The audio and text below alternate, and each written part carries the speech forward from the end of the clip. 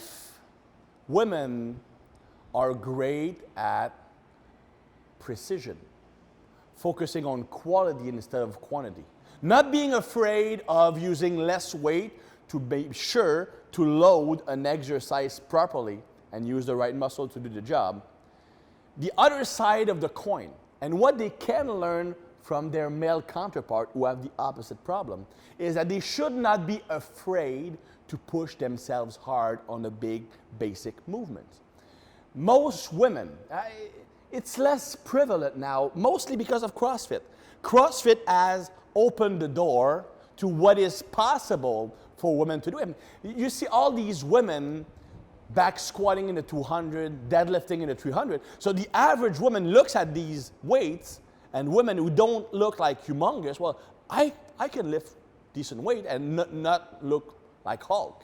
So it's not as bad as it was, but still, when I go to commercial gyms and I look at how women train, they are training very precisely, they do good exercise technique, but they are afraid of loading to the level they are capable of handling. It's one thing to focus on precision, it's another to refuse to progress even when you're ready for it. I'm going to give you the example of my wife. When I was training her in Colorado, she was a pretty good athlete. She's a former gymnast and all that stuff, and she was doing power cleans. And I had to fight with her, well, figuratively speaking, so that she would increase the power clean weight she was using from 65 pounds to 75 pounds. Fast forward 3 weeks. We go back home in Canada. She starts to do CrossFit. She come home and say, hey, I power clean 145. Wow. And you fought me over going up from 65 to 75? Yeah, I didn't know I could do that. Well, I knew you could do that, but you didn't listen. But now she was in a more competitive setting, and the whiteboard says you have to use that weight. She used it.